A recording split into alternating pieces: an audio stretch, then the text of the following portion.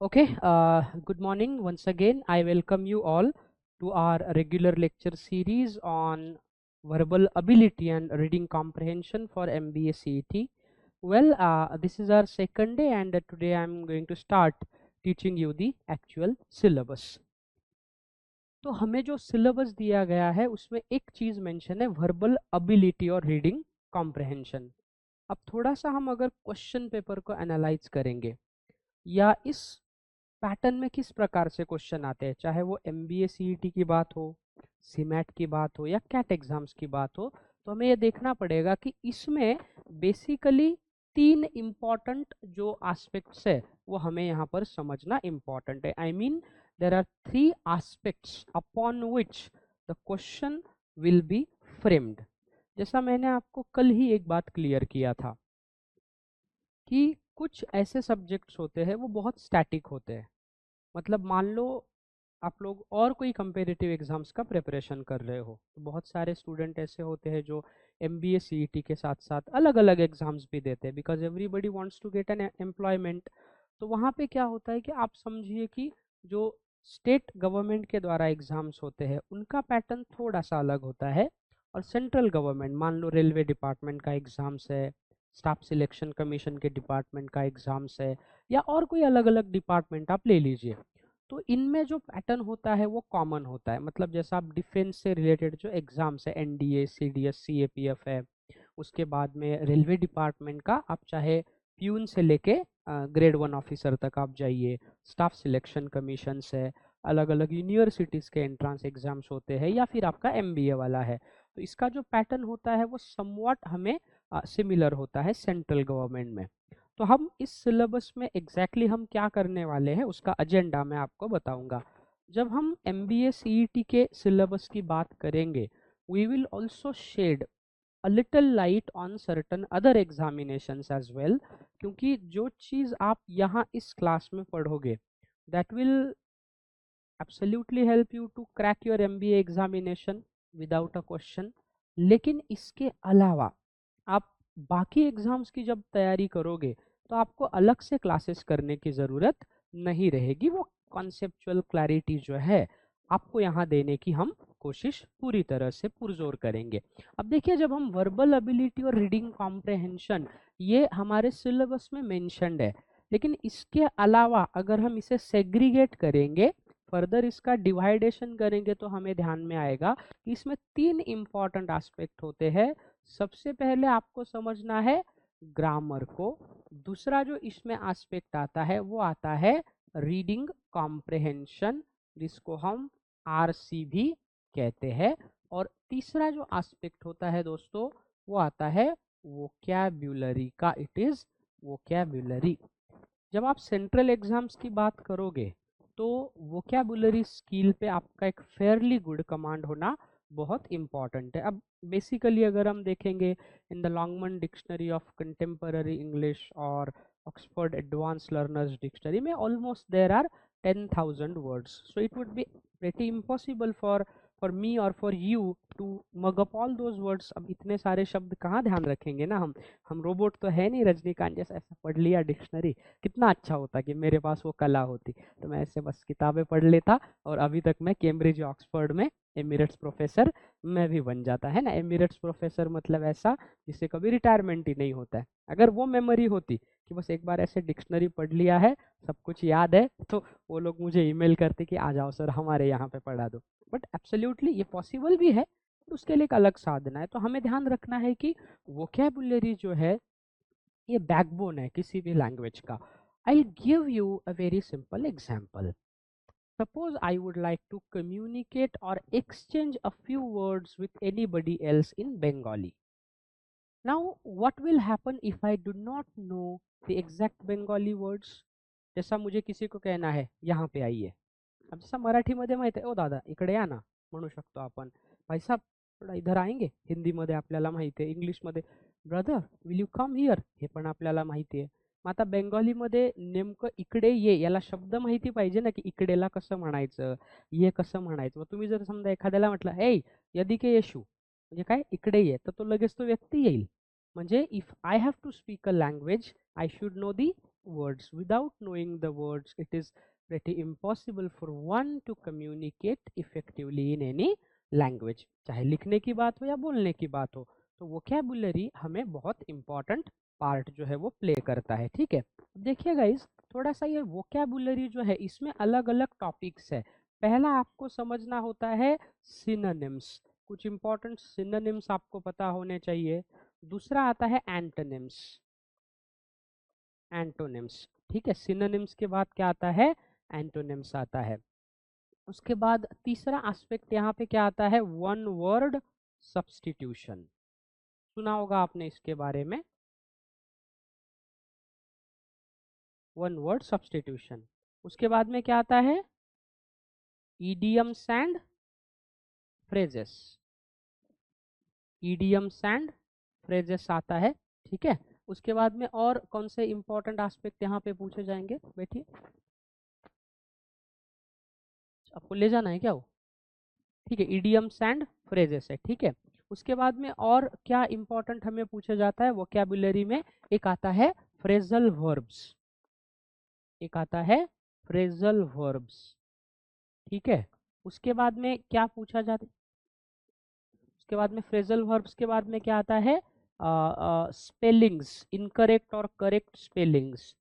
म्हणजे बऱ्याचदा प्रश्न काय केला जातो मित्रांनो, 4 ऑप्शन्स तुम्हाला दिले, तर तुम्हाला करेक्टली स्पेलिंगचा जो वर्ड आहे तो तुम्हाला ओळखायचा आहे। समजा मी एक तुम्हाला प्रश्न विचारतो, let me ask you a very simple question, what do you mean bye lieutenant? तुम्ही क्लासमध्ये बसणार आहात ना? अच्छा, म्हणजे हां ठीक आहे, मला वाटलं तुम्ही बसणार आहात का, I would have ask you to sit here, बघायला अडचण होते तर। आता प्रश्न असा आहे की लेफ्टनंट शब्द आहे, लेफ्टनंट कर्नल असा असतो, काय स्पेलिंग असेल बरं लेफ्टनंटची, तुम्ही सांगा, चुकलं तरी चालेल, काही प्रॉब्लेम नाही।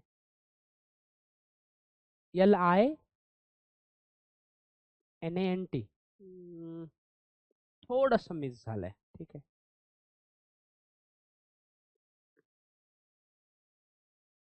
कागदावर लिहून सांगा की काय येईल एक स्पेलिंग त्याची। Lieutenant, lieutenant,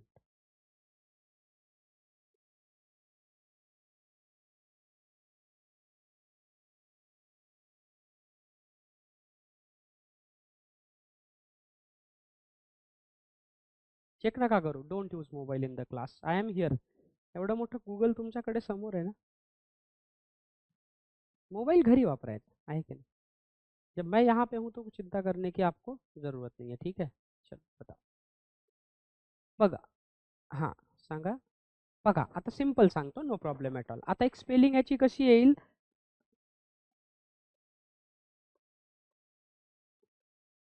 LIUTEN ANT, LIUTEN ANT। आता लेफ्टनंट, मराठीत पाहिलं तर लेफ्ट म्हणजे फ आलं, ट आलं, ठीक आहे, नंट NANT आलं, पण इथे तसं काही आहे का, नाही आहे। म्हणजे इंग्रजीमध्ये, इंग्लिश में आपको एक बात ध्यान रखना है कि शब्दों के स्पेलिंग का और उसके प्रोनाउंसिएशन का दूर दूर से कोई रिश्ता नहीं होता है। जैसा CH कभी कभार उसका च हो जाता है, कभी कभी उसका छ भी हो जाता है ना, छ छ च छ जे असतं मराठीमध्ये ते वो एक अलग सा पार्ट होता है, that I will tell you. तो ठीक है, ध्यान रखना है स्पेलिंग्स में। अब जैसा कोई लेफ्टिनेंट नाम का एक वर्ड आपको दिया है, 4 ऑप्शन पूछे जाएंगे, अब आपको इंस्ट्रक्शन है identify the correctly spelled word. तो गिवन 4 ऑप्शंस में से you need to choose the best alternative which has the correct spelling. तो स्पेलिंग का भी एक वोकैबुलरी का पार्ट आता है। इसके अलावा और क्या आता है वोकैबुलरी में, स्पेलिंग के अलावा और क्या आता है, बघा, सिनोनिम्स है, एंटोनिम्स है, one word substitution, idioms and phrases, phrasal verbs, spellings है, और उसके बाद में आता है कंफ्यूजिंग वर्ड्स, कंफ्यूजिंग वर्ड्स, इसको और में पेयर वर्ड्स भी कहते हैं। क्या कहते हैं, पेयर वर्ड्स भी कहते हैं। जैसा कि मैं आपको एक उदाहरण देता हूँ यहाँ पे, एक, यस बताओ, आपने कुछ कहा, हाँ वो अलग है, वो अलग है, वो होमोनिम है, होमोफोन से, that I will tell you. अब देखिए कंफ्यूजिंग वर्ड या पेयर वर्ड है, जैसा कि एक यहाँ पे जैसा इन्होंने कहा, देखो DAR डियर और DEER डियर। अब देखिए इनका स्पेलिंग अलग है, इनका प्रोनाउंसिएशन सेम है, तर ज्या 2 किंवा 2 पेक्षा जास्त शब्दांचा उच्चार एकसारखा असतो त्यांना होमोफोन्स म्हणतात. होमोचा अर्थ होतो सेम, फोन्स म्हणजे साऊंड, म्हणजे the word which have different spellings but same pronunciation. DEER deer spelling pronunciation same है, DEAR डियर स्पेलिंग अलग है, प्रोनाउंसिएशन सेम है. तो कभी कभी हमें क्या करना होता है, पेयर मैनेज करना बहुत इंपॉर्टेंट है कि एग्जैक्टली आपको 4 अलग अलग वर्ड दिए जाएंगे ए सेक्शन में आणि अ जोड्या ब मध्ये, मग तुम्हाला काय करायचं त्याचा अर्थ मैनेज करायचा कि डियर का ये मीनिंग होगा सर, डियर का वो होगा. थोड़े कंफ्यूजिंग में पूछे जाते हैं, वो भी हमको देखना है. मतलब कुछ ऐसे 200-300 वर्ड होते हैं जो बार बार यूज किए जाते हैं. अब वोकैबुलरी का भी एक ये होता है दोस्तों कि जो वोकैबुलरी हमारे रिटन स्पोकन में या डेली लाइफ में यूज होते हैं वही एग्जाम्स में ज़्यादातर पूछे जाते हैं. मतलब ऐसा एकदम लिटरेचर से उन्होंने कोई टेक्स्ट ले लिया and that they will probably be asking you in the question. This is not the case always. ज़्यादातर ऐसे क्वेश्चन है जिनका कहीं ना कहीं हमारे लाइफ से रिलेशन होता है, ये आपको ध्यान रखना है. फिर यहाँ पे ये वोकैबुलरी के कुछ एस्पेक्ट्स है. इन एस्पेक्ट्स पे आपको क्या होता है गाइस, क्वेश्चन जो है वो नॉर्मली पूछा जाता है. मतलब जब हम एक्चुअली वोकैबुलरी सीखना शुरू करेंगे तो हमें क्या करना है, कुछ इम्पॉर्टेंट, अब पूरा वोकैबुलरी पढ़ाना तो उसके लिए 10 साल लग जाएंगे ना, पूरी डिक्शनरी पढ़ेंगे. लेकिन कुछ जो मान लो एमबीए के सीईटी में पिछले 10 साल में जो वर्ड्स आए हैं वो वर्ड्स हम करेंगे, क्योंकि एक वर्ड के 4 ऑप्शंस है और क्वेश्चन फ्रेम करने वाला व्यक्ति क्या करता है, he changes the option, question remains the same. मतलब पहली बार ए ऑप्शन पे क्वेश्चन था, क्वेश्चन वही है, दूसरे बी ऑप्शन पे क्वेश्चन फ्रेम हो गया है. तो हमें क्या करना है कि प्रीवियस ईयर के एटलीस्ट 10 ईयर्स के जो एमबीए सीईटी की वोकैबुलरी है ना, वो सारी वोकैबुलरी अगर हम कर लेंगे तो भी हमारा अच्छा स्कोरिंग जो है वो हो जाता है. बट मोस्ट लाइकली जो प्रोबेबल है वो हम डिस्कस करेंगे. तो ये सारी चीज़ें हमें देखना है, कुछ इंपॉर्टेंट किताबों से, कुछ प्रीवियस ईयर क्वेश्चन से, और कुछ प्रिंटेड नोट्स भी मैं आपको दे दूंगा वहाँ पे. ठीक है, तो ये इतने टॉपिक्स आपको वोकैबुलरी में है. ठीक है, अब रीडिंग कॉम्प्रहेंशन में क्या पूछा जाता है दोस्तों. कॉम्प्रहेंशन जैसा मैंने आपको कल ही बताया था, इन reading comprehension a particular passage will be given to you.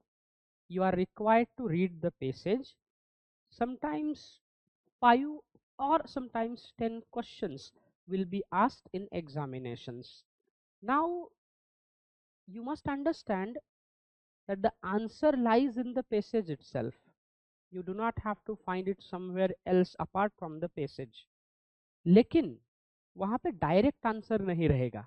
मतलब आपने क्वेश्चन पढ़ा और उसका आंसर डायरेक्टली पैसेज में आपको मिलेगा, ऐसा नहीं होगा दोस्तों. वहाँ पे you need to use your common sense, you need to have that readability, you need to have that enthusiasm to understand the passage. म्हणजे कधी कधी पहा, मराठीमध्ये दादा कोंडके म्हणून एक अभिनेता होते, तर त्यांचे बरेचसे चित्रपटांची नावे का त्यांचे संवाद हे द्विअर्थी असायचे. म्हणजे मराठीमध्ये आपण म्हणतो ना, लेकी बोले सुने लागे, मतलब मैं बोल किसी को रहा हूँ, टोमणा बरोबर तो जिथे लागायचंय तिथे लागतं. आपल्याकडे होतं ना असं, आहे की नाही.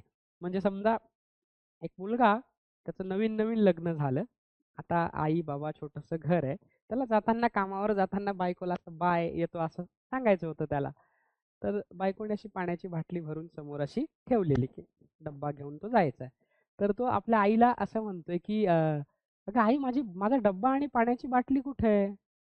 तर त्याच्या समोर असतं, पण त्याला त्याच्या बायकोचं लक्ष स्वतःकडे आकर्षित आहे. त्याला असं गोड शब्दांमध्ये हाय हॅलो करायचं असेल तसं. तर त्याची आई जी आहे, तर त्याची आई त्याला बाटली देते आणि त्याच्या बायकोला म्हणते की आपल्या घरात ना सगळे धृतराष्ट्राचे वंशज आहेत, सगळं समोर असतं पण दिसत काहीच नाही. मग त्याची बायको पण उपहासात्मक रीतीने असं म्हणते, अच्छा म्हणजे मूळचे आपण हस्तिनापूरचे आहोत का, त्यांचे वंशज आहोत का, अशा पद्धतीनं तो असतं. म्हणजे तुमचं नेमकं होतं काय रीडिंग कॉम्प्रिहेन्शन मध्ये, बोलायचं असतं एक, त्याला आईला, आता अचानक बायकोला जर म्हटलं असतं तर आईला राग आला असता, एवढे वर्ष मला बाटली मागतोय, आता काल बायको आली त्याला मागतोय. त्याला ते मॅनेज करायचं, ते संवाद रंगवलाय. तर त्याला ऍक्च्युली उद्देशून त्याला आईला म्हणायचं असतं, पण आईने ते समजून घ्यायचं असतं की नाव माझं घेतोय पण याचा लक्ष कुठेतरी दुसरीकडे. म्हणजे हा झाला रीडिंग कॉम्प्रिहेंशन. मतलब आपको पैसेज दिया है, क्वेश्चन भी दिया है, लेकिन exactly as it is answer आपको पैसेज में नहीं मिलेगा. कहीं ना कहीं आपको उस पैसेज को उस क्वेश्चन से लिंक करना बहुत ही इम्पॉर्टंट होता है और ये प्रैक्टिस से आता है दोस्तों। म्हणजे ऐसा नहीं है मैं आपके I don't want to raise any questions against your credibility. आप लोग एंट्रेंस दे के आए हो, आपका एकेडमिक लेवल बहुत अच्छा है, intellectually you are above than me, I accept that. लेकिन एक बात ध्यान रखना है कि आपको जो पैसेज दिया है वो पैसेज को पढ़ने की आपकी जितनी एबिलिटी होगी ना, उतना ज़्यादा आपका क्या होगा, जो कमांड है सब्जेक्ट पे वो अच्छे से आएगा। तो आपको करना क्या है कि मल्टीपल पैसेजेस, मतलब पहले जब हम पढ़ेंगे then I will teach you the technique कि कीवर्ड कैसे फाइंड आउट करना है, पहले क्वेश्चन पढ़ना है या पैसेज पढ़ना है, पैसेज का सेंट्रल थीम जो है वो क्या है। मान लो कभी कभी जो स्टाफ सर्विस सिलेक्शन बोर्ड होता है ना, जैसा डिफेंस में किसी को नौकरी करने एनडीए सीडीएस के बाद, तो उनका एक इंटरव्यू का फायनल राउंड होता है। उसमें क्या किया जाता है, त्यांना मुकपट दाखवला जातो। जे तुम्हाला माहित असेल Dadasaheb Phalke, he is known as the father of Indian cinema. तर दादासाहेब फाळकेंचा जो पहिला चित्रपट होता हरिश्चंद्राची फॅक्टरी, तो मराठीत यूट्यूबवर बनवलाय त्यांच्या जीवनावर। तुम्ही ते पाहिला तर त्यांनी जो चित्रपट बनवला तो मूकपट होता, म्हणजे त्यात चलचित्र होती पण बोलताना काही संवाद होता का, फक्त ॲक्शन्स आहेत, पण संवाद मात्र कुठेही नाही। म्हणजे तुम्हाला काहीतरी दाखवल्या गेलंय, तिथे बोलणं अजिबात नाहीये, पण त्यांच्या हावभावावरनं, त्यांच्या बॉडी लँग्वेजवरून you should be able to identify what they are trying to communicate with each other. मग तसं त्यांना दाखवतात की त्यांना काहीतरी दाखवलंय, आणि आता तुम्ही जे पाहिलंय ते तुमच्या शब्दांमध्ये लिहा, की तुम्ही जे चित्रात पाहिलं तुम्ही नेमकं काय पाहिलं। तर ही आहे तुमची रीडिंग कॉम्प्रिहेंशन एबिलिटी। मैंने मान लो मैंने 2 पेज का मतलब मान लो 1000 शब्दों का कोई आर्टिकल पढ़ा है, जैसा एक सिंपल है ना दोस्तों। मान लो आपने अभी कोई रिसेंट मूवी वूवी देखा है, किसी ने कौन सा देखा है? हाँ, सितारे ज़मीं पर। अब वो मूवी मान लो 3 ढाई 3 घंटे का मूवी है। अब मैंने अगर इनको पूछा, इफ आई आस्क हर कि वो मूवी के बारे में मुझे थोड़ा-सा बताओ। So will you be taking 2.5 hours to tell me the story of the movie? Absolutely not. You will take only 5 to 10 minutes, 5 या 10 मिनट में you will be able to narrate the story कि sir ये movie में ऐसा ऐसा है, और कुछ नया मूवी चल रहा है, बहुत ज़्यादा मार्केट में उसका हाइप है, ठीक है, मुझे तो पसंद नहीं है, हाँ कुछ है शायद। तो अब मैंने कोई मूवी देखा है तो मुझे अगर किसी को बताना, I will take 5 to 10 minutes, why would I be taking so much time to narrate the story? Similarly reading comprehension ये जो है ये प्रैक्टिस का बात है ना। Every day if you read newspaper, मतलब अगर आप आधा घंटा न्यूज़पेपर पढ़ते हो, तो न्यूज़पेपर पढ़ना या रीडिंग कॉम्प्रहेंशन की एक प्रैक्टिस है। और एग्जामिनेशंस के जो पैसेजेस है अलग अलग एग्जाम से आए हुए, you should be able to solve those passages on your own. शुरू शुरू में 5 क्वेश्चन में से 1 या 2 ही करेक्ट आएंगे, फिर धीरे धीरे आपका स्कोर बढ़ता जाएगा, और बाद में ऐसा होगा कि सर कोई भी पैसेज दे दीजिए, आप क्या कर सकते हो, आसानी से उसे सॉल्व कर सकते हो। ये आपको ध्यान रखना है। तो ये प्रैक्टिस से ही आपको आएगा, तो उसकी प्रैक्टिस हम क्लास में भी करेंगे, मैं आपसे करवा के लूँगा, और घर पे आपको उसके लिए मैंने मटेरियल भी बना के रखा है। अब ये होता है रीडिंग कॉम्प्रहेंशन। उसमें दूसरा एक आता है दोस्तों, रीडिंग कॉम्प्रहेंशन का छोटा भाई आप उसे मान सकते हो, but that is a bit difficult. उसको कहते हैं क्लोज कॉम्प्रहेंशन। क्या कहते हैं? Close comprehension. म्हणजे तुम्हाला एक पेसेज दिलेला आहे, आणि त्या पेसेजेसमध्ये काय आहे, ठिकाणी वेगवेगळ्या ठिकाणी रिकामी जागा आहेत, आणि प्रत्येक रिकाम्या जागी 4 ऑप्शन दिलेले आहेत। अब आपको करना क्या है कि पैसेजेस में फिल इन द ब्लैंक से पहला, फिर दूसरा, फिर तीसरा, वो पैसेजेस को लिंक करायचे, म्हणजे ठिगळं लावणे, साध्या भाषेमध्ये ठिगळं लावणे। आता तुम्हाला एक उदाहरण देतो। एकदा एक बार क्या हुआ, once upon a time father was working on a computer for an important business, and his only child was troubling him because his mother was not at home, and every now and then he was coming to his father, asking him some silly questions and playing on his lap. The father got frustrated. He instructed his child that I'll give you a map and I would like you to reschedule it for the next 1 hour. So he handed over a map to his son, and then just after 5 minutes his son came back to him and said, Dad, I have done the homework. I have managed the map successfully. His father was wonderstruck at his reply, thinking that it might take an hour for my son to manage the map. How could he be able to manage the maps just only in 5 minutes? He asked his son, How did you do it? His son said, I look at the back side of the map. There was an image of human body. and the body was dispersed. So I tried to manage the organ according to my own body. म्हणजे इथे डोळे, मग बरोबर डोकं, डोक्याच्या खाली डोळे, मग कान, आणि मी ते मॅप तसा अरेंज केला. मग मी ह्युमन बॉडीचा मॅप अरेंज केला, त्याला पलटवला आणि पाहिलं तर इंडियाचा जो मॅप होता तो पूर्ण जसा तसा अरेंज झालेला होता. बरोबर है? तो वैसा ही क्या है दोस्तों, क्लोज कॉम्प्रिहेंशन है. मतलब आपको क्या करना है, पूरे पैसेजेस को एक जगह पे जोड़ना है. ठिगळे आहेत ना, ठिगळे, ते ठिगळे पॅचेस कनेक्टिंग द डॉट्स, वेगवेगळे डॉट्स एकत्र करायचे. So 4 options have been already given to you. You do not have to mug up the things. I mean, you don't have to rattle it over. You just mull it over for a few minutes. आता 4 में से कोई option correct आएगा, कारण पहिल्या रिकामी जागेवरती दुसरी अवलंबून आहे, दुसऱ्यावरती तिसरी अवलंबून आहे. पण क्लोज कॉम्प्रिहेन्शन साठी तुम्हाला ग्रामरचं नॉलेज असणं खूपच गरजेचं आहे. आता मला सांगा, पहले फिल इन द ब्लैंक्स में आर्टिकल आपको यूज़ करना है, दूसरे में वर्ब यूज़ करना है, तीसरे में कोई प्रेपोजिशन ही पूछ लिया, चौथे में कोई रैंडम ही पूछ लिया. तो आपको इस बात का ध्यान रखना बहुत ज़रूरी है कि क्लोज कॉम्प्रिहेंशन पे अगर आप एक फेयरली गुड कमांड चाहते हो तो इसके लिए आपके पास ग्रामर का पर्याप्त नॉलेज होना बहुत ही इम्पॉर्टेंट है. Otherwise you may not be able to attempt all the questions on your own, taking the full marks in the examination.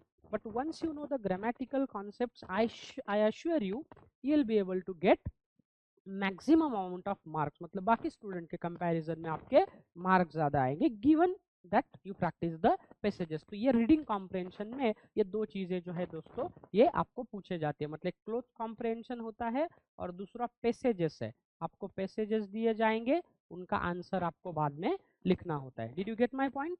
आ रहा है? सिलेबस समझ में आ रहा है एग्जैक्टली हम लोग क्या करने वाले हैं वो? ठीक है. अब थोड़ा सा मैं आपको बताता हूँ ग्रामर के बारे में. एग्जैक्टली जब हम ग्रामर की बात करेंगे ना दोस्तों,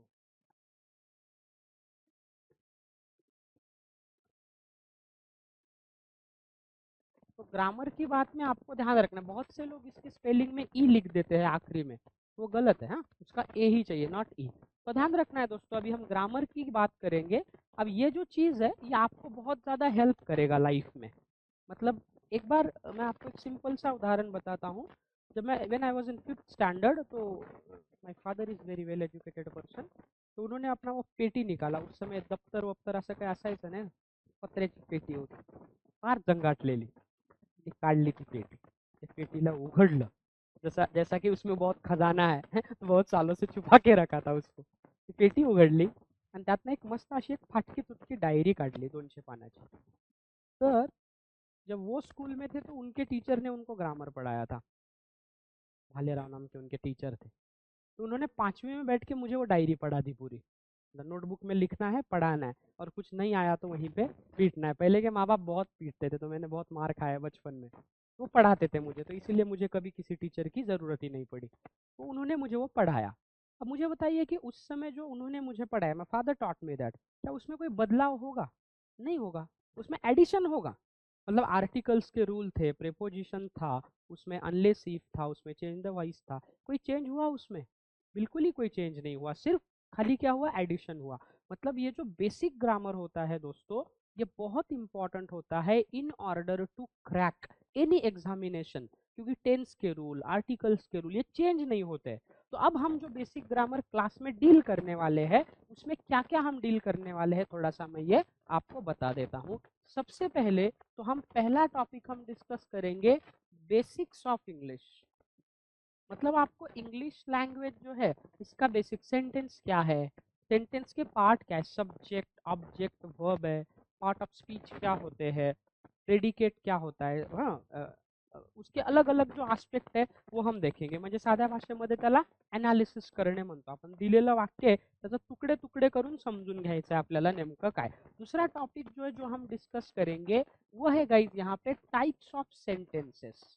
माने हम जो अलग अलग प्रकार के वाक्य हम लिखते हैं या बोलते हैं, वी ऑफन राइट और स्पीक वेराइटी ऑफ सेंटेंसेस, तो उनका क्या क्या प्रकार हो सकता है. फॉर एग्जाम्पल अगर मैंने किसी को बोला व्हाट इज योर नेम, ये क्वेश्चन है, ठीक है.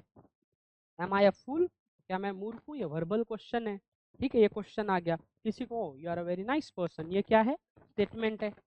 अगर मैं कहूँगा मान लो ये कहूँगा कि ओपन द डोर, ये ऑर्डर है, इम्परेटिव है.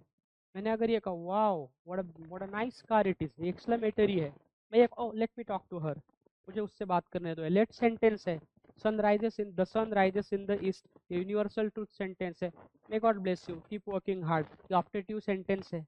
उसके बाद में इफ सेंटेंस होता है एक कंडीशनल जिसे कहते हैं, for example if I were the prime minister of India I would have work a lot, I would work a lot for improving economy. अगर मैं देश का प्रधानमंत्री होता तो मैं करता, for example if I were a rich person I would buy a helicopter, अगर मैं अमीर आदमी होता तो मैं हेलीकॉप्टर खरीदता। तो इसका मतलब क्या है कि ये हम जो बोलते हैं ना वो इसी प्रकार में से कोई तो भी एक हो सकता है। उसके बाद में टाइप्स ऑफ सेंटेंसेस, ये बहुत इंपॉर्टेंट है खासकर आपके एग्जाम के लिए, कंडीशनल सेंटेंसेस। तीसरा टॉपिक जो है जो हम डिस्कस करेंगे वो है subject verb agreement. Subject verb agreement, अच्छा what do you mean by agreement? Agreement का मतलब क्या होगा दोस्तों? करार म्हणतो आपण त्याला, बरोबर आहे। कोर्ट मैरिज करते समय अग्रीमेंट होता है, तो डॉक्यूमेंट पे साइन होते हैं, जैसा क्रिश्चियंस लोग जब चर्च में शादी करते हैं वो चर्च के सामने क्या तुम इसे अपनी पत्नी के रूप में स्वीकार करोगे वगैरह वगैरह, शपथ आणा बाणा का होतं ते। वैसे ही आप मान लो मुझे कहीं किराए से, I would like to rent out a place to live, तो जो लैंडलॉर्ड है म्हणजे जो घर मालक है वो मेरे से अग्रीमेंट करवाएगा कि 11 महीने तक ये मनोज सर यहाँ पे रहेंगे, हर महीने मुझे 15,000 रेंट देंगे, माझ्या कुठल्याही प्रॉपर्टीचं हे नुकसान करणार नाहीत आणि नुकसान झालं तर त्याला ते जबाबदार राहतील। अब 11 महीने के पहले मैं छोड़ भी नहीं सकता क्योंकि मैंने नौकरी करवाई है, लीगल डॉक्यूमेंट है, ठीक है। अब what I want to tell you is कि जब दो लोग एक दूसरे की कोई वस्तु, नहीं इट इज़ नॉट, उसका रूल अलग है थोड़ा सा। अ, जब मैं पहले आया था तो मैं वैसे खड़ा रह जाता, then I read the rule book, मैंने रूल बुक पढ़ा उसके बारे में, I consulted a very big person who works as a secretary in parliament, हमारे एक रिश्तेदार है पार्लियामेंट में काम करते, तो मैंने उनको पूछा कि ये क्या है, तो उन्होंने वो रूल समझाया, मैं जाते जाते आपको समझा दूंगा, but thankful for your vigilance, in fact it shows patriotism, good, good luck to you.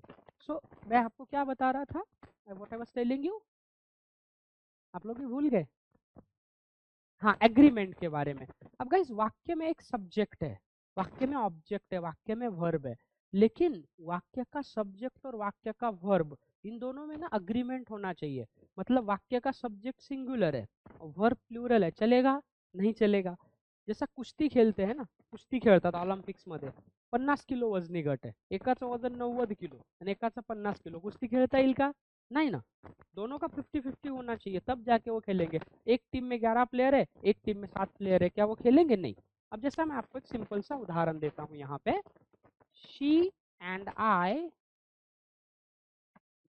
Friends, वो और मैं अच्छे दोस्त हैं। अब यहाँ पे ऑप्शन में आपको मैं देता हूँ एम, इज और आर। क्या लगता है आपको? She and I am friends, she and I is friends, she and I R friends, she and I R friends, okay. Guys यहाँ पे आई के बाद में तो एम आता है ना, आर थोड़ी आएगा। आर कैसे आएगा? आई के बाद में तो एम आएगा ना, कभी आई के बाद में आई आर योर फ्रेंड्स कभी सुना है आपने? नहीं। फिर कंफ्यूज है ना? अब देखिए, हाँ वेरी गुड, अब ध्यान रखिए, हमने क्या किया है, ये एक सब्जेक्ट है शी, दूसरा सब्जेक्ट हमारे पास है ए। अब दो सब्जेक्ट्स को चाहे वो सिंगुलर हो चाहे वो प्लूरल हो, दोनों को अगर आपने एंड कंजंक्शन से ज्वाइन किया तो आपका वर्ब प्लूरल ही आएगा। अब यहाँ पे अगर मैंने प्लूरल भी कर दिया, मतलब म्हणजे नियम काय की दोन करते, मग ते एकवचनी असो की अनेकवचनी असो, तुम्ही अँड कंजंक्शननी जर ते जोडले तर त्यानंतर तुमचा येणारा क्रियापद हा कसा आला पाहिजे? प्लूरलच आला पाहिजे। हा एक नियम है, ठीक है। अब मैं आपको दूसरा उदाहरण देता हूँ, अब आप लोग बताइए मुझे।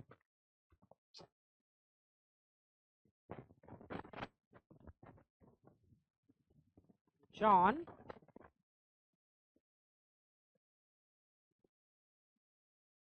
as well as his friends, John as well as his friends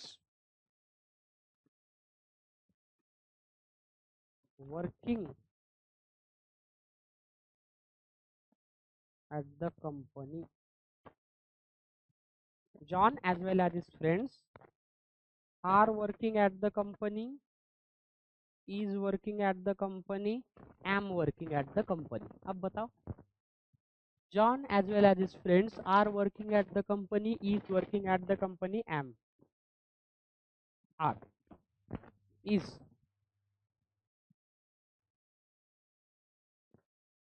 क्या आएगा? is या आर आएगा। अच्छा, is क्यों आएगा? अच्छा, आपने आर क्यों आएगा बताइए? क्या प्लूरल है? For example his friends plural है। ओके, ठीक है। और बताओ, इज बताने वाले लोग मुझे रीजन बताइए। इज आएगा तो क्यों आएगा सर? तो वजह तो होनी चाहिए ना, there must be some reason. Nearest तो फिर प्लूरल है। हाँ, तो उसके लिए आर कहा आपने। ओके, हाँ, तो फिर बाद में एज वेल एज के बाद में तो प्लूरल आया है ना भाई। पहले को दोगे प्रेफरेंस और दूसरों को नहीं दोगे तो ये तो गलत हो जाएगा ना। हाँ, इक्वालिटी के खिलाफ है वो कॉन्स्टिट्यूशन के। देखो गाइस, इसका एक सिंपल सा रूल है। जब हम सब्जेक्ट वर्ब अग्रीमेंट पढ़ेंगे तो ऐसी बहुत सारी डिस्क्रिपेंसी हमें देखने को मिलती है, और एग्जामिनर जो है वो यहीं पे हमें फंसा देता है। रूल ये है, when two different subjects are joined by preposition besides, along with, in addition to, as well as, ऐसे prepositional phrase जब preposition से ज्वाइन किए जाएंगे तो हमारा जो verb होगा वो अकॉर्डिंग टू फर्स्ट सब्जेक्ट ही आएगा। अब यहाँ पे एज वेल एज क्या है? एक प्रेपोजिशनल फ्रेज है। पहला सब्जेक्ट जॉन हमारा क्या है? सिंगुलर है दोस्तों। अगर ये सब्जेक्ट सिंगुलर है तो फिर हमारा वर्ब भी कैसे आना चाहिए? सिंगुलर ही आना चाहिए। John as well as his friends is working at the company. तो ये छोटे छोटे जो माइन्यूट रूल्स होते हैं, ये एक बार हमें पता चल गया, उस रूल पे हमने क्वेश्चन सॉल्व किए। अब आप लाइफ में कभी भूलोगे क्या ये बात? कभी नहीं भूलोगे। तो ऐसी कुछ चीजें ग्रामर में बहुत इंपॉर्टेंट है, तो इसीलिए ये सब्जेक्ट वर्ब अग्रीमेंट जो है ना, ये बहुत इंपॉर्टेंट टॉपिक है। मतलब ये it is very important for you, subject verb agreement. ठीक है, ये बहुत ही इंपॉर्टेंट टॉपिक है जो आपको पढ़ना बहुत ज़रूरी है। ये मैं पढ़ाऊंगा क्योंकि ये बहुत इंपॉर्टेंट है। ठीक है, फिर उसके बाद में हमें क्या देखना है? Tenses and their usage. अलग अलग टेंस है दोस्तों। अब ध्यान रखना, जो लोग, those who want to speak fluent English, I mean, if you are looking forward to improving your oral English, you should learn tense by heart. I mean, you should lend all your ears to me in the class when I'll teach that topic. क्योंकि tense अगर आपको आ गए, spoken English आपके लिए it will just be a piece of cake. कारण एखादी गोष्ट जेव्हा आपण बोलतो त्यामध्ये दोनच गोष्टी महत्वाच्या. एक आहे टाइम. टाइम महत्वाचा आहे. तुम्हाला सांगता आलं पाहिजे कुठली गोष्ट कधी झाली. जसं आपण मराठी बोलतो, हिंदी बोलतो, टाइम रेफरेंस बहुत इंपॉर्टेंट होता है हमारे लिए. जैसा कि फॉर एग्जांपल, सर कल मैं खाना खाने के लिए होटल में गया था. म्हणजे काल मी जेवायला एका उपहारगृहात गेलो होतो. मतलब टाइम है, वो टाइम रेफरेंस आपको बताते आना चाहिए. तो टेंस का स्ट्रक्चर और उसका यूसेज अगर आप लोग अच्छे से समझ लोगे तो मुझे लगता है जब एमबीए करते समय भी आपको दिक्कतें नहीं होगी. क्योंकि ध्यान रखना है, जितने अच्छे इंस्टीट्यूट में आप एमबीए में एडमिशन लोगे उतना आपका कम्युनिकेशन स्किल अच्छा होना ज़रूरी है. फॉर एग्जांपल, आप यूनिवर्सिटी डिपार्टमेंट में जाओगे या कोई अच्छे से कॉलेजेस में जाओगे, कैट या सीमैट के द्वारा जाओगे, तो आईआईएम्स में पूरे भारत भर के स्टूडेंट आएंगे. They will not be able to communicate either in Hindi or in any vernacular language. The only language that will connect you with the rest of the India, that is none other than English, because वो academic language है. तो इसका भी आपको फायदा दोनों तरफ से होगा. उसके बाद में हमें जो टॉपिक देखना है वो देखना है दोस्तों आर्टिकल्स. आर्टिकल में क्या क्या है? ए, एन और द. ये तीन बंदरों को नचाना है. कभी ए को नचाना है, कभी एन को, कभी द को. अब बहुत से लोगों को लगता है सर तीन शब्द है तो चुटकी बजाते हुए सीख लूंगा मैं. लेकिन मैं कहता हूँ कि अगर कोई व्यक्ति मान लो वो ये कहता है कि नहीं सर मेरा आर्टिकल पे ही पीएचडी हुआ है, मैं उसे भी बीट कर सकता हूँ. इतने सारे कन्फ्यूजन इस टॉपिक में होते हैं और एग्जामिनेशंस में हमें क्या किया जाता है? उस कन्फ्यूजन में फंसाया जाता है. जैसे म्हणजे मी आणि माझा एक मित्र है, ही is also a professor. I am thinking of writing a specific book. हमने वैसे कुछ बुक्स लिखे हैं बट येट टू पब्लिश. सही समय पे हम पब्लिश करेंगे उसको. तो मैं ये सोच रहा था, उसी दिन हमारी बात हुई की इंग्लिशमध्ये जे एक्सेप्शन आहे ना, त्या एक्सेप्शनवरचं पुस्तक लिहून काढावं. त्याचीच एक नोट्स तयार करावी आणि मग ते हार्पर कॉलिन्स वगैरे चांगल्या पब्लिकेशनला देऊन ते पब्लिश करावं. आर्टिकल्समध्ये एक्सेप्शन है, मतलब लैंग्वेज में भी एक्सेप्शन होते हैं दोस्तों. जरूरी नहीं की केमिस्ट्री में ही एक्सेप्शन आहे. खूप जास्त एक्सेप्शन कुठे असतात? केमिस्ट्रीमध्ये असतात. मॅथमॅटिक्समध्ये एक्सेप्शन नाही, फिजिक्स में भी एक्सेप्शन नहीं है, लेकिन ज़्यादा एक्सेप्शन आपको केमिस्ट्री में मिलते हैं. For example all metals are solid in state except gallium, जो क्या होता है? लिक्विड में होता है. तो वैसा इंग्लिश में भी बहुत एक्सेप्शन आहे. म्हणजे एखादी पर्वतरांगा आहे, फॉर एक्झाम्पल हिमालयन पर्वतरांगा आहे, काराकोरम, सह्याद्री, सातपुडा, नर्मदा पर्वतरांगा आहे. आता कुठल्याही पर्वतरांगेच्या नावाआधी तुम्ही द आर्टिकल वापरला पाहिजे. But you cannot use any article before the name of a single mountain. तुम्ही द माउंट एव्हरेस्ट तुम्ही म्हणू शकत नाही. The Kanchenjunga, the K two Godwin Austen, the Kalsubai, the Salher Mulher, the तुमचं काय नाव आहे ते किल्ला सिंहगड म्हणू शकतो का नाही? कारण काय की एखादं सिंग्युलर माउंटेन असेल, एक टेकडी असेल, त्याच्या नावाआधी वापरत नाही कुठलाच आर्टिकल. पण माउंटन रेंजेस असेल तर आपण काय करतो? आर्टिकल वापरतो. फॉर एक्झाम्पल न्यूजपेपरच्या नावाच्या आधी compulsorily mandatorily you need to use article the Times of India, the Hindu, the Loksatta, the Lokmat Times. But you cannot use any article before the names of weekly, साप्ताहिकांच्या नावापूर्वी वापरू शकत नाही. फोर्टनाइटली, पाक्षिक येतात, चांदोबा, चंपक, मुलांचे पंधरवाड्याला एक पब्लिश होतं, त्याला पाक्षिक म्हणतात. फोर्टनाइटली. मॅगझिन महिन्यातनं एकदा पब्लिश होतं ना, तर तुम्ही न्यूजपेपरच्या नावाच्या आधी आर्टिकल वापरलं पाहिजे. But you must not use any article as per the rule before the names of any weekly, fortnightly and magazine. Isn't it an exception? Exception आहे. म्हणजे तुम्ही अंकाच्या नावाआधी जे कार्डिनल असतात त्यांच्या अंक 1 2 3 4 5 त्याच्यापूर्वी कुठलंच आर्टिकल वापरत नाही, पण order first, second, third, fourth तिथे मात्र आर्टिकल वापरता. तसे एक्सेप्शन असतात.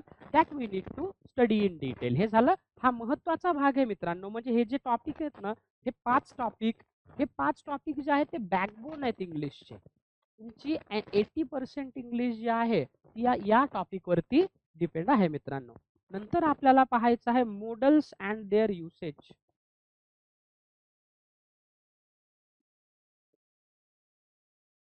आता मॉडल्स म्हणजे कोणकोणते? ते मॉडल्स, मॉडेल बिडेल ते वेगळं. मॉडल्स म्हणजे काय? ऑक्झिलरी व्हर्ब ज्याला म्हणतो आपण. Can, could, may, might, shall, should.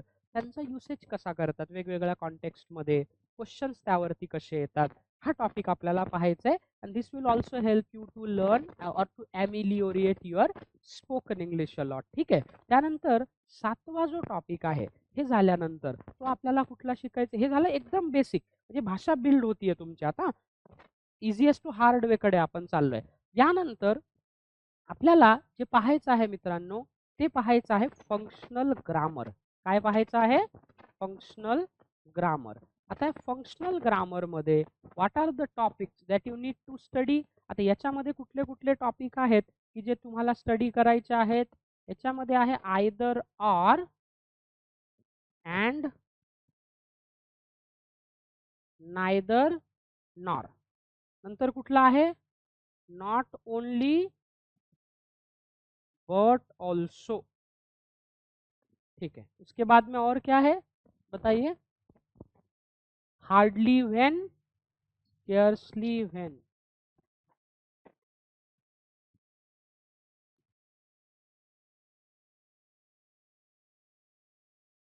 ठीक है. उसके बाद में और क्या है बताओ? Very good. As soon as, no sooner than.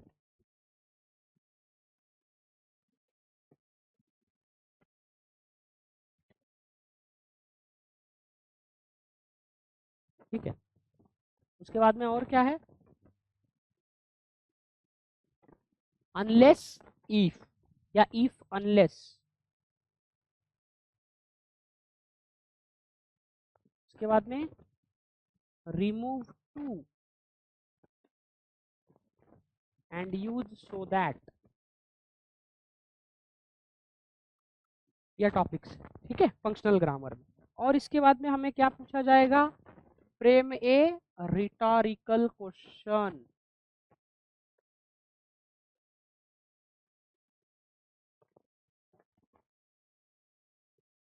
ठीक है, ये टॉपिक्स जो है हमको ये पूछे जाएंगे, और इसमें और भी बहुत सारे टॉपिक है छोटे छोटे, वो हम इसमें ऐड कर देंगे। ठीक है, मतलब इसमें और एबल टू अनेबल टू भी आपको पूछा जाएगा,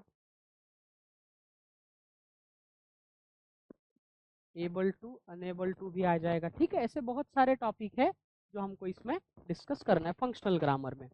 फिर थोड़ा सा हमें देखना है advanced grammar.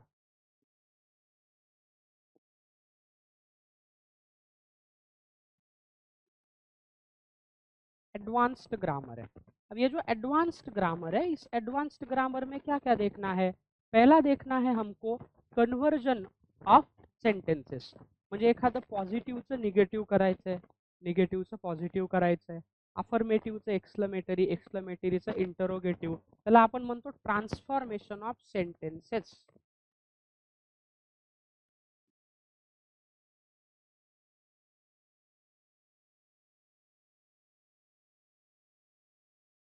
Transformation of sentences, ठीक है, ये ध्यान रखना है आपको। उसके बाद में तीसरा इंपॉर्टेंट एडवांस्ड में क्या आएगा? Voice, active voice and passive voice. हा वॉइस कधीच तुमचा पिच्छा सोडत नाही। तुम्ही तलाठीची परीक्षा द्या, शिपाईची परीक्षा द्या, कोर्टामध्ये शिपाई असतं ना त्याच्यात, त्याच्यानंतर तुम्ही ते मधात मुद्रांक शुल्क विभागात शिपाईची परीक्षा, प्रत्येक परीक्षेमध्ये तुम्हाला एक्टिव वॉइस पैसिव वॉइस विचारल्या जातो। मतलब अगर आपने अब इसकी पढ़ाई ठीक से कर ली तो बाकी एग्जाम्स में आपको कोई डिफिकल्टी नहीं है। तो एडवांस में आपको क्या पूछे जाते हैं? वॉइस। और वॉइस में दो टाइप, एक होता है active and second one is passive. म्हणजे ऍक्टिव्ह मधलं वाक्य पॅसिव्ह मध्ये लिहायचंय आणि पॅसिव्ह मधलं ऍक्टिव्ह मध्ये करायचंय तुम्हाला। ठीक है, त्यात कॉसी पॅसिव्ह वगैरह वगैरह वेगळा भाग है, तो पण आपण डिस्कस करू। इसमें और एक एडवांस पार्ट क्या आता है दोस्तों? वो आता है नरेशन। नरेशन का मतलब क्या होता है? नरेशन का मतलब क्या है? डायरेक्ट और इनडायरेक्ट। म्हणजे एखादं वाक्य डायरेक्ट मध्ये दिलं असेल तर त्याचं इनडायरेक्ट ऑप्शन ओळखायचंय, आणि इनडायरेक्ट असेल तर त्याचं डायरेक्ट मधलं ऑप्शन जे आहे ते आपल्याला ओळखायचंय। उसके बाद में कौन सा एडवांस का टॉपिक है? वो है क्लॉजेस। एमपीएससीच्या गट ब आणि गट क मध्ये 5 प्रश्न असतात क्लॉजेस वरती। किती? 5 प्रश्न, 5। Noun clause, adjective clause, adverb clause. एक वाक्य दिलेलं आहे, त्याच्या खाली काही शब्दांना अंडरलाईन केली आहे, आणि मग अंडरलाईन केलेल्या वाक्यामध्ये कोणता क्लॉज आहे ते तुम्हाला, नाउन क्लॉज आहे का, ॲडजेक्टिव्ह क्लॉज आहे का। It is very simple. एकदा तुम्हाला लक्षात आलं की तुमचा प्रश्न त्याच्यावर चुकणार नाही, हे लक्षात ठेवायचं आहे तुम्हाला। ठीक आहे, क्लॉजेस। त्याच्यानंतर कुठला आहे मित्रांनो?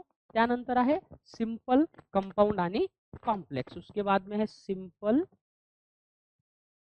कंपाउंड और कॉम्प्लेक्स। आपको एक सिंपल सेंटेंस दिया है, 4 ऑप्शन दिए जाएंगे। अब सिंपल का कंपाउंड सेंटेंस आपको आइडेंटिफाई करना है, कंपाउंड सेंटेंस दिया है तो उसका कॉम्प्लेक्स सेंटेंस आपको आइडेंटिफाई करना है। ऐसे अलग अलग, मतलब सिंपल का कंपाउंड कैसे किया जाएगा, फिर कंपाउंड का कॉम्प्लेक्स कैसे किया जाएगा, या फिर कोई सेंटेंस कॉम्प्लेक्स में ही दिया है उसका सिंपल कैसे होगा। ऐसे अलग अलग क्वेश्चन यहाँ पे आपको पूछे जाते हैं। ठीक है, ये आपको ध्यान रखना है, हे आपको ध्यान रखना है। ठीक है, उलट वगैरह झालं असेल ना, मला सांगत चला। लिहिताना ते ABCD खालीवर होऊ शकतं, वो आपको करेक्ट कर लेना है। ठीक है, मेरे दिमाग में दूसरा कैसेट होता है। ठीक है, ABCDEF इकडे खालीवर झालं, तुम्ही सिक्वेन्स करू शकता त्याला। ठीक है, तो सिंपल, कंपाउंड, कॉम्प्लेक्स, ये बहुत इंपॉर्टेंट है। और उसके बाद में मान लो अगर टाइम परमिट करता है तो ज़्यादातर क्वेश्चन उस पर नहीं होते, but we will discuss about it. अगर टाइम परमिट करता है तो देखेंगे। वो आता है फिगर्स ऑफ स्पीच। क्या आता है? Figures of speech. एक सिंपल सी चीज़ है दोस्तों, अपन बऱ्याचदा ना अलंकार वापरतो वेगवेगळे। फॉर एग्जांपल जैसे हम पेन यूज़ करते हैं, बॉयज़ है तो वॉच यूज़ कर लेते हैं, या फिर लड़कियां हैं तो कान में आप कुछ पहन लेते हो, गले में कुछ है ना, बालों को कुछ अलग अलग हम लगा देते हैं। तो ये क्या है? मतलब हम वैसे अगर देखा जाए तो नेचर में हमें कुछ पहनने की ज़रूरत है ही नहीं, लेकिन फिर हम हमारे बॉडी के सौंदर्य को बढ़ाने के लिए अच्छे कपडे पहनते हैं, अलग अलग शूज पहनते हैं, अलंकार वापरतो ना आपण। का वापरतो आपण? आपलं जे शारीरिक सौंदर्य आहे ते वाढलं पाहिजे। केस व्यवस्थित ट्रिम करून ठेवतो, पिन करून ठेवतो, वेगवेगळ्या गोष्टी करतो। वैसे ही फिगर ऑफ स्पीच है। फिगर ऑफ स्पीच का काम होता है लैंग्वेज के ब्यूटी को बढ़ाना। म्हणजे भाषेचं जे सौंदर्य आहे ते वाढवण्याचं काम ते फिगर ऑफ स्पीच करतात. अँटिथेसिस, क्लायमॅक्स, पॅराडॉन, ऑक्झिमोरॉन असे वेगवेगळे फिगर ऑफ स्पीच असतात 24 ते. तुम्हाला दिलेल्या वाक्यामध्ये ओळखता आलं पाहिजे की सर या वाक्यामध्ये हा फिगर ऑफ स्पीच दिलाय, तर तुम्हाला स्पोकनमध्ये पण त्याचा फायदा होत असतो. तर हे जे आहे हा ॲडव्हान्स पार्ट आपण काय करणार आहे याच्यामध्ये डिस्कस करणार आहे. ठीक आहे. आणि या व्यतिरिक्त सगळ्यात महत्त्वाचं म्हणजे ज्याला मी काय म्हणेल मास्टर लेवल ग्रामर म्हणू शकतो आपण, त्या प्रोफिशियन्सी जी आहे ग्रामरची ती प्रोफिशियन्सी लेवलचा आहे. त्याच्यामध्ये पाहायचे आहेत सगळ्या parts of speech and errors. आता पार्ट्स ऑफ स्पीच किती आहेत आपल्याकडे? How many parts of speech are there? Almost 8 part of speech. कोणकोणते आहेत? Noun, pronoun, adjective, verb, adverb, preposition, conjunction और इंटरजेक्शन. अब हमें करना क्या है दोस्तों? पहले मान लो हमने नाउन लिया है, तो नाउन के अलग अलग टाइप्स है, जैसे proper noun, common noun, abstract noun, material noun, gender specific noun, अलग अलग टाइप्स है. और उसके बाद में नाउन के एरर्स है. म्हणजे नाउन वापरत असताना काय छोट्या छोट्या चुका होतात, प्रोनाउन वापरत असताना काय चुका होतात, ॲडव्हर्ब आहे, ॲडजेक्टिव्ह आहे, हा सगळा भाग त्याच्यामध्ये आपल्याला पाहायचा आहे. तो पार्ट ऑफ स्पीच में हमें क्या करना है दोस्तों? Noun, pronoun, adjective. एडजेक्टिव म्हणजे विशेषण. फिर आता है verb, adverb, preposition, then conjunction, then interjection. क्या आता है? Interjection. Noun, pronoun, adjective, verb, adverb, preposition, conjunction, interjection. खाली हम इनका टाइप्स नहीं पढ़ेंगे, इनके एरर्स भी हमको देखना है. पहले टाइप्स और उसके बाद में एरर. इसमें से आपके लिए सबसे ज़्यादा इम्पॉर्टेंट है दोस्तों ये कंजंक्शन, बहुत ज़्यादा इम्पॉर्टेंट है, और उसके बाद में एडवर्ब ज़्यादा इम्पॉर्टेंट है, क्योंकि सिंपल कंपाउंड कॉम्प्लेक्स करना है तो एडवर्ब पता होने चाहिए. क्लॉजेस के लिए adverb of reason, adverb of quantity, adverb of frequency, ये सारी चीज़ें पता होनी चाहिए. ठीक है, तो ये प्रोफिशिएंसी लेवल पे देखेंगे. और आखिर में ये आप थियोरेटिकली भी कर सकते हो, मतलब इसको पढ़ाने की ऐसी ज़रूरत है नहीं. वो है पंक्चुएशन. क्या है दोस्तों? पंक्चुएशन आता है. पंक्चुएशन का मतलब क्या होता है? विराम चिन्ह. कौन कौन से पंक्चुएशन आहेत? Full stop. ठीक है, ये फुल स्टॉप है. उसके बाद में कामा की कोमा, कामा. ठीक है, उसके बाद में क्वेश्चन मार्क, उसके बाद में क्या है? एक्सक्लेमेशन मार्क, है ना. उसके बाद में और क्या है? Colon, semi colon. Yes, colon है यहाँ पे, कोलन है. ठीक है, देन कोलन, ये दो डॉट जो है दीज आर कॉल्ड कोलन्स. अच्छा, उसके बाद में और क्या है? Semi colon. ठीक है, एक डॉट और एक कॉमा यहाँ पे यूज किया जाएगा. उसके बाद में क्या आता है? अपॉस्ट्रोफी. Very good. क्या आएगा? अपॉस्ट्रोफी. अपॉस्ट्रोफी, ये अपॉस्ट्रोफी यस के साथ यूज होता है ना, ऊपर वाला कॉमा. अच्छा, उसके बाद और क्या आएगा उसके बाद? हाइफन और डैश. क्या आता है? हाइफन. अब देखिए हाइफन और डैश में स्लाइट डिफरेंस है. ठीक है, ये जो छोटी रेश असते ना अशी स्मॉल, वो हाइफन है. वही आप डैश की अगर बात करोगे तो डैश मतलब थोड़ा बड़ा वाला होता है. उसके बाद में इन्वर्टेड कॉमाज है, single inverted comma, double inverted comma, asterisk है, इलिप्सिस भी एक यूज होता है. ये सोशल मीडिया यूज करने वाले लोग आजकल बहुत ज़्यादा इलिप्सिस का यूज करते हैं. इलिप्सिस का मतलब क्या होगा, किसी को पता है? ये ऐसे 3 डॉट या फिर 4 अलग अलग ऐसे डॉट, इनको इलिप्सिस कहते हैं. When the thought is unremained, I mean you wanted to say something to somebody. म्हणजे आपण एक सहज एक उदाहरण घेऊया, गमतीशीर म्हणू ना. एक मित्र आहे, अब now he wants to ask her girlfriend out on a date. तो व्हाट ही वुड डू? अब एक्चुअली तो उसमें हिम्मत नहीं है बोलने की, hey, I would like you to take you on a date. अब उसको कहना तो है, लेकिन वो नहीं कहेगा, वो भी सामने वाले व्यक्ति को समझना है. फिर वो ऐसे लिख देगा, for example, I am thinking of asking you out on dot dot dot, 3 किंवा 4 डॉट. अब वो उसने 3 या 4 डॉट लगा दिए. That means he wanted to say something further, but उसने नहीं कहा. ये तिथे जो मीनिंग है तो कैसा है, हिडन है. अब वो सामने वाले व्यक्ति को समझना है यार इसका exactly what does he want to convey. तो उस कंडीशन में बहुत बार इलिप्सिस यूज किया जाता है, but that is a part of an informal English. वो फॉर्मल इंग्लिश में मतलब किसी भी ऑफिशियल डॉक्यूमेंट में, emails में, or in examinations you may not have to encounter with that particular thing, but when it comes to using social media, when it comes to communicating with your colleagues, relatives and certain other things जो आजकल हम use करते हैं, वहां पे उसका जो usage है वो यूज किया जाता है. फॉर एग्जाम्पल आई लव और डॉट डॉट डॉट लिख दिया. अब यू को कहा, ही को कहा, हिम को कहा, किसी को पता नहीं है, वो सामने वाले व्यक्ति को समझना है ना, वो इलिप्सिस यूज होता है. ये पंक्चुएशन मार्क जो है, if time permits, I'm telling you, I'll teach you that in 2-3 lectures. Otherwise I'll hand you over the notes. You have to read it. Simply बहुत simple है. आप notes को 2-4 बार पढ़ लोगे तो आसानी से आपको समझ में आ जाएगा. Is this clear guys? Okay. और एक टॉपिक यहाँ पे बताना मैं भूल गया, ABCDEFG. ठीक है. यहाँ पे एक आएगा, वो आएगा दोस्तों डिग्रीज ऑफ एडजेक्टिव्स. अब जनरली ये जो एडजेक्टिव्स हम पढ़ेंगे ना दोस्तों, ये डिग्रीज ऑफ एडजेक्टिव वहीं पे पढ़ना है. For example positive degree, comparative degree, superlative degree. Okay, he is a tall student in our class, he is taller than any other student in the class, and he is the tallest of all the students in the class, or he is the tallest student. So positive degree है, comparative है, superlative है. I do not know why most of the students get confusion while changing from one degree to another degree. The rules are very simple, but you need somebody to explain it in a beautiful way. For example, अगर मैं आपको पढ़ाऊंगा तो आपको एक बार समझ में आ गया कि सर पॉजिटिव डिग्री है तो ये स्ट्रक्चर होना चाहिए, कंपैरेटिव में ये स्ट्रक्चर होना चाहिए, सुपरलेटिव में ये स्ट्रक्चर होना चाहिए, तो फिर आपको कोई भी दिक्कत नहीं आएगी. अब आप देखिए दोस्तों, अगर आप स्टेट गवर्नमेंट के किसी भी एग्जाम को टारगेट करोगे, मान लो आप कोई तलाठी का एग्जाम दे रहे हो या कोई एग्जाम दे रहे हो, चेंज द वॉइस कंपलसरी पूछा जाता है. उसके बाद में क्वेश्चन टैग वाला जो टॉपिक है ना, वो फंक्शनल ग्रामर में कवर होगा, वो पूछा जाएगा.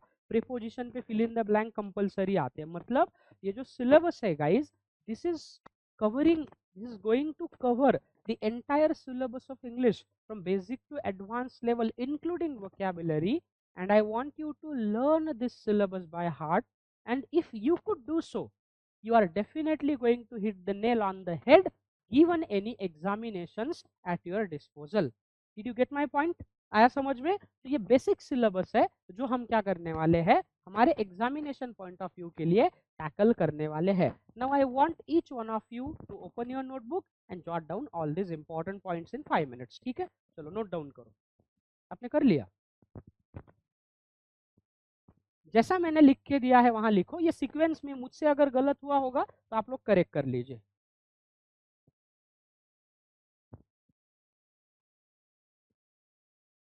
Come on, do it quickly. पहली स्लाइड हो गई कि मुझे बता दीजिए, ये दूसरी फिर तीसरी. ठीक है, 5 मिनट में खत्म करो. ये लिख लो पहले, फिर बाद में पानी पीने जाओ. ये नोटबुक ही नहीं है? अच्छा ठीक है, फिर कोई बात, आप अपने दोस्त से लेके लिख लेना बाद में.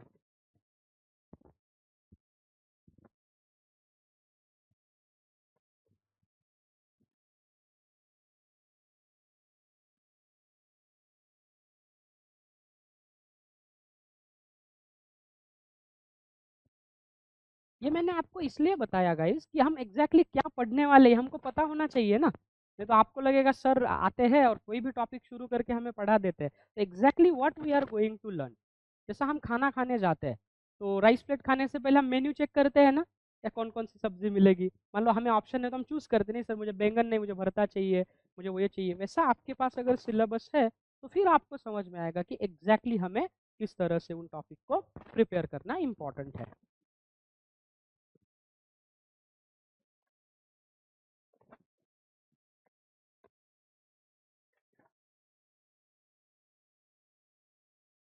जैसे ही होता है मुझे बताइए, मैं स्लाइड चेंज कर दूंगा.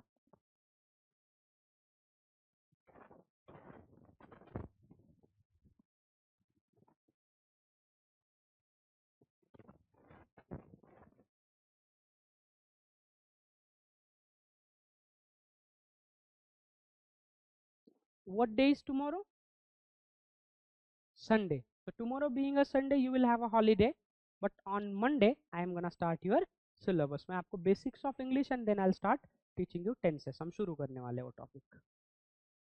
आप सब लोगों को आता है बेसिक्स, लेकिन फिर भी हम एक बार उसको थोड़ा रिवाइज कर लेंगे तो आपका डाउट क्लियर हो जाएगा. ऐसा नहीं है आप लोगों को नहीं आता है, I know you guys know, but थोड़ा रिवाइज कर ले. हो गया? Yes guys everybody? ठीक है. ये हाँ बोलिए. आय थिंक बंद होता है, बट आप कन्फर्म कर लीजिए. I am really not sure about it. मी कधी बसलो नाही तिकडे, पण संडेला बहुतेक अकॅडमी बंद असतं ना, तर तरी तुम्ही एकदा विचारून घ्या त्यांना, सांगतील तुम्हाला. ये वाला लिखो.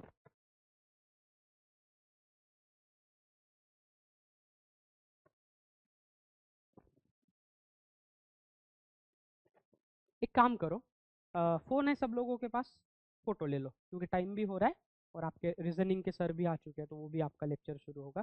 चलो आप मोबाईल निकाल के फ़ोटो ले लीजिए और नोटबुक में लिख लीजिए बाद में. हां, फोटो खाली मोबाईल में मत रखिए.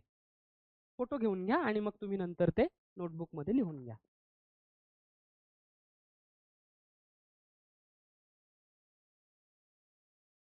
हो गया? चलो दूसरा ये वाला स्लाइड का ले लो, ये वाला ले लो.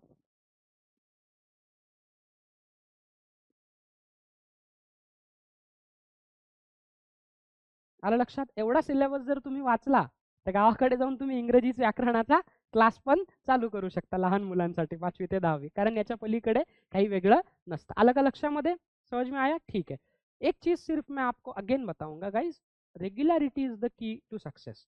आप जितना क्लास में रेगुलर रहोगे, आपका कोई डाउट है आप पूछ सकते हो, कहीं कोई दिक्कत है, मतलब ग्रामर में क्या है कि डाउट क्लियर होना बहुत ज़रूरी है. अदरवाइज क्या होता है, फिर आप पढ़ोगे पर्सनली या देखोगे तो उसमें दिक्कत आ सकती है. तो कोशिश कीजिए कि जिन लोगों को बाय हार्ट ये सारी चीज़ें सीखनी है, वो कोशिश करें कि हम 1 घंटा अपना दे दें. ठीक है? तो आज जैसा कल मैंने ओरिएंटेशन लेक्चर लिया था, आज आपके जो मैथ्स एंड रीजनिंग के फैकल्टी मेंबर है वो भी आ चुके हैं, तो आज वो भी आपको अपना सिलेबस का इंट्रोडक्शन है, कैसे करना है, क्या करना है, वो सारी चीज़ें आपको बता देंगे. Ashwin sir, I want you to come here. मैं एक बार इंट्रोड्यूस करा देता हूँ उनको and he will take care. Guys, उन्होंने खुद का MBA CET दिया था, तो कितने मार्क्स आए होंगे उनको? आ जाइए, स्टेज पे आ जाइए. कितना आया था? कितना? 98? 99.28 परसेंटाइल. अब उसमें GS भी होता है, इंग्लिश भी होता है, और उसमें क्या होता है, रीजनिंग भी होता है. अब जो बंदा MBA CET में 99.28% स्कोर करता है, तो उनका पकड़ कितना होगा पढ़ाई पे, ये बहुत इंपॉर्टेंट है. उन्होंने UPSC के मेंस एग्जाम्स भी दिए हैं. He is currently studying for some other services, मतलब फैकल्टी कम स्टूडेंट है, तो उनको इस बात का बहुत अच्छा इल्म है, और मैथ्स और रीजनिंग के काफ़ी जाने माने व्यक्ती है और काफ़ी अच्छा नॉलेज आहे उनके पास. तर मैं चाहता हूँ की तुम्ही जास्तीत जास्त त्यांचा फायदा घ्या. पर्सनली पण तुम्हाला वाटलं की एखादं नाही कळलं, तुम्ही क्लास सुटल्यानंतरही विचारलं, सर हे गणित आहे मी सोडवलं मला सांगा, he will help you because he is also a student, है ना, मेरे अच्छे दोस्त है, तो वो आपको हेल्प करेंगे. फक्त इंग्रजी नका शिकू, नाही तर माझी जागा तुम्ही घ्याल. ठीक है? उनको बेस्ट आता है. तो आज से वो कंटिन्यू करेंगे. मी तुम्हाला एक दोन गोष्टी दाखवून देतो. आता पहा, एकदम मैं आपको बता देता हूँ ताकि दिक्कत. आता हे सरळ सरळ गुगलला जायचं. ठीक आहे? तुमचं व्हॉट्सॲप, हां, आता इथे काय करायचं, गुगलला गेलात की व्हॉट्सॲप वेबला जायचं. ओके? आता व्हॉट्सॲप वेबला क्लिक करायचं. तुम्ही PPT टाकून ठेवली आहे त्याला? हां, ठीक. आता ती व्हॉट्सॲपला शेअर केली आहे का तुमच्या? ठीक. आता तुमचं हे स्कॅन करा. वो क्या है, उनको बोर्ड पे पढ़ाने की आदत है ना, तो स्क्रीन पे उनका पहला ही टाइम है, अदरवाइज उनको बोर्ड की आदत है. ठीक आहे. आता ते लॉग इन झालं, काम झालं की लॉग आउट करून टाकायचं तिथून. ठीक आहे? आता हा लॉग आउट झाला की मी तुम्हाला सांगतो काय करायचं. PDF मध्ये कन्वर्ट केलं ना त्याला? हां, इकडे PPT ओपन होत नाही. ठीक आहे. आता कुठे तुमचं, हां, तुम्ही आता हे केलं आहे. ओके. आता याला काय करायचं, असं हे केलं, डाउनलोड करायचं. असं झालं डाउनलोड आहे. ठीक आहे? आता हे कट करून टाकायचं. ओके. आता हे व्हाईट बोर्डला आहे, सेन्स बोर्ड. ठीक आहे? सेन्स बोर्डला क्लिक केलं की ते खाली लोड होतं.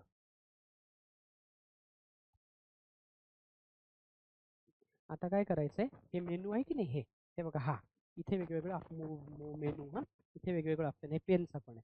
मग आता काय करायचं, मेनूला जायचं. मेनूला गेल्यानंतर काय करायचं, इन्सर्ट.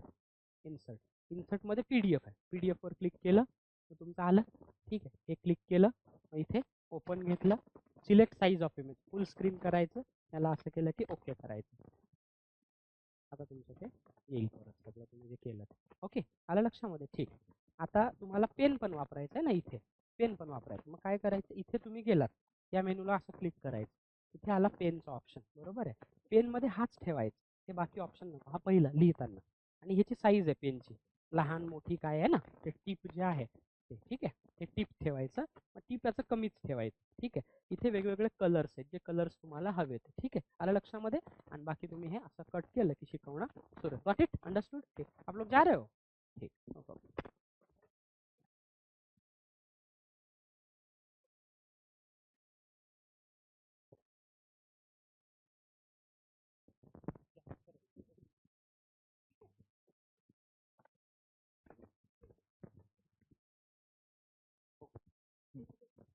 ओके.